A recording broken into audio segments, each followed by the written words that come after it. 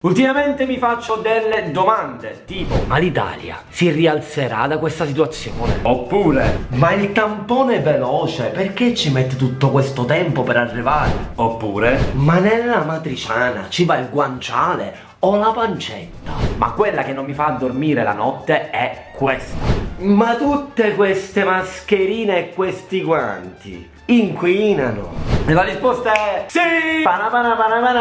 Infatti, facendo una brevissima ricerca, mi sono accorto che già Legambiente, come altri enti, avevano lanciato l'allarme mesi fa. E siccome non è un argomento top trend, noi ce ne fottiamo! Se una mascherina impiega 450 anni per decomporsi, rischiamo un disastro ambientale. Che bello, ci piacciono i disastri, ci piacciono. Però siccome io sono come San Tommaso, se non vedo non credo, mi faccio un giro nella mia città, Palermo. A Palermo. E vediamo così se veramente c'è un allarme, se veramente nelle nostre strade ci sono mascherine, guanti e se veramente vanno a finire nel nostro mare, il Mediterraneo. Mua, bello che sei. La mascherina è in prossimità del mare, qui sotto c'è il mare. Ogni striscia pedonale ne puoi trovare una.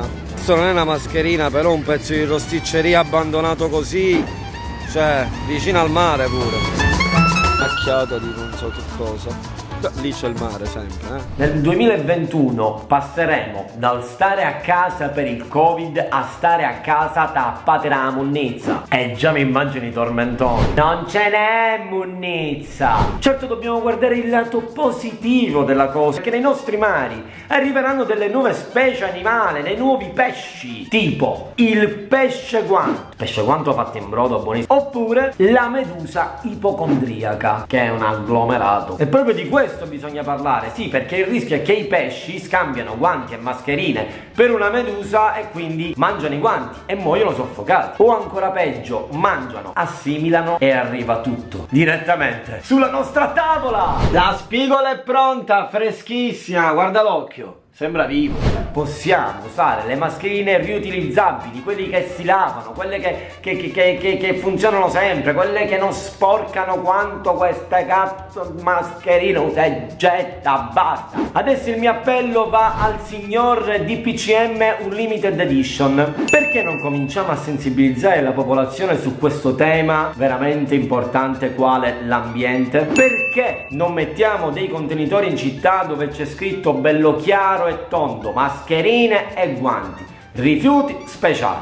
Oh, e che ci vuole? Pure di cartone lo puoi fare, così poi lo ricicli, no? Perché non mettiamo un bel contenitore per tutte le persone che sporcano le nostre città italiane con su scritto fanghi, rifiuti della società? Io sono certo che lei ha tante cose da fare, sicuramente il DPCM 4.0, però almeno due risposte le vogliamo. E se non sa cosa rispondere a queste tre domande, se non sa cosa dire, se è indeciso, faccia come me, che nella matriciana ci metto un guanciale e la pancetta.